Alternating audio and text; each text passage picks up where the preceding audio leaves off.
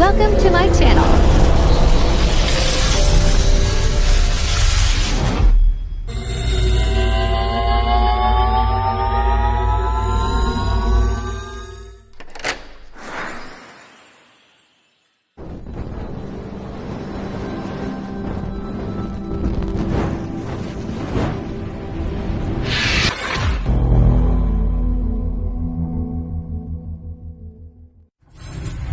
Enjoy watching.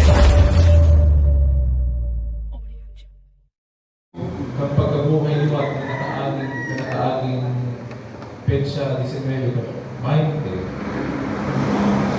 Kapalagusan kat sa tuyang selebrasyon sa pag-umo sa katurunan sa iyong pagkabuhay ni Wat. Kaya, kita nagtatantanig, Alleluia, awit ng pag-umo sa Diyos. Kung sabihin kang Alleluia, awit ng pag-umaw sa Diyos. Awit ng pag-umaw sa Diyos. Ano talaga awit ng pag-umaw sa mahal na Diyos? Kung nadamog ka sa Ebanghelyo, ang sa iyong mga disipulos nagtatarago. Yan sa sarang kwarto, mararat. Takot sila sa Hudiyo. Asin paglaog ka ng kagurangan, ano ang sabi kan kagurangan? Ang katulinongan maka sa mundo. Grabe ang pagkatakot ninda, ninulita, pag-iisip ninda, tibaan ang kagurangan, duminatong sa pagbalo sa sato, duminatong sa pagsudya sa sato. Natatakot sinda, ako lang sa mga Hudiyo, binayaan ba nila ang kagurangan? Maraming ka ng mga parapasyon. Parapasyon kayo kung pagburos mo. Nagturo lahat, saro lang ang daig. Kaya takot sinda. Igulo mo, nagnigar. Nagnigar mo na imabayaan. Kaya namamatiin na na. Baka ngayon binabalikan na kami kagurangan. Sabi kayo mga tao, kinakalag na ngayon. Pero dahil matotoong may kinakalag. Ang kagurangan mismo, ang pagpahiling niya, mismo ang sa iyang kalag as hawa na presente sa atubang ng sa iyang mga disipulos. Kaya, at sa iyang pagtuning katulinongan, tanda man ning kapatawadan na pigtatao sa sainda. Tanda ning pagkahirap. Ngunyan manaan daw na ini, i-celebrar ta, Domingo kan Diyos nun na pagkahirap. Divine Mercy Sunday. Iyon ang pinagikanan kang Divine Mercy Sunday. Ini yung Ebanghelyo ini. Paghapos kan kagurangan kang Espiritu Santo, ano ang misyon o pigtaw sa indakan kagurangan? Ano man nakasaalan na patawadon nilo, iyan mapapatawad. Asin man ang kasaalan na dahil nindo patawadon, dahil iyan mapapatawad. Iyon ang pruweba kung sa itamahilin sa Biblia ang sakramento ng kumpisal. Kasi ang sakramento ng kumpisal, iyo man ang konkretong pagpahiling kang pagkahirap ng Diyos. Ngunit ang hapon at kukumpisal na kita. Nagahagit pa daw kita ang tawag sa mahal na Diyos. Aram po ninyo naiintindihan ko kitang mga tao, nanidipisilan din kita sa bagay na ini. Aram ninyo masakit mag-amin ng kasalanan. Masukog baga, aaminin mo sa, tawa nga sa amigo, minsan tayo na aamin. Sa pali pa daw. Minsan natatakot kita. Nahandal kita, susubog kita, tabaka maaraman ka ng iba. Pero, kung kita madulog sa kagurangan, sa iling nindo daw, kukondinaron niya kita, isisikwal niya kita. Hindi. Tama na nga yung mga disipulos na anong ginibon niya, kung may kasalan ng mga disipulos niya sa kagurangan sa iya, hindi naman magapig balusan, kundi pigpahiling na sa iya pagkahirap. Aram kan kagurangan, maguyapaan sa ilang pagtubog. ang pagpasensya kan kagurang na kung ako na marahay, ano, ang pagtaon niya ng pagkahirap sa sato, pagpahiling man na mantang kita buhay, o mantang kita nagdudulog sa iya na maghagad ng kawat. Tinata niya kita ni panibagong pagkakataon. Aram po nindo, kung gururang na po kita, kadakulo ng bonus, kadakulo ng mga pagkakataon tinausito ng Diyos. Kaya di talagod pagsayaman ini.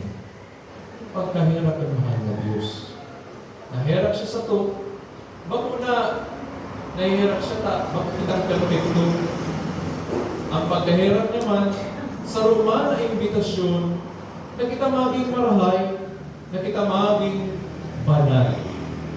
Ipo, asin imbitasyon na makabain sa lalawgon kan sa iyang Diyos nun na Ama. Ano po ang lalawgon ng Ama? Ng Diyos na Ama. Napigpahiling kang kagurangan. Masabi ko, di naman po baga nahihiling ang Diyos. Ibang lalawgon ng kagurangan. Ano ang lalawgon niya? Pagkahirap. Yan ang lalawgon ng Diyos. Kan Diyos na dali nahihiling. So hapon, nagtutok ako sa mga katekista. Ibang naghapon. Ito po baga ngayon, Father, nagsasabi na, Father, ano mangyata? Patawarin ko na yun, baga ngayon naghahagad ng tawad. Ano dyan ang simbang ninyo? Father, paano po man ngayon patawarin na namulog sa ko? Tadayin man siya naghahagad ng tawad sa sako. Simple lang po dyan ang simbang. Ano ang tukdok ng kagurangan sa sako? Pero permipik, nagpapakakit kita ng Ama niya mo.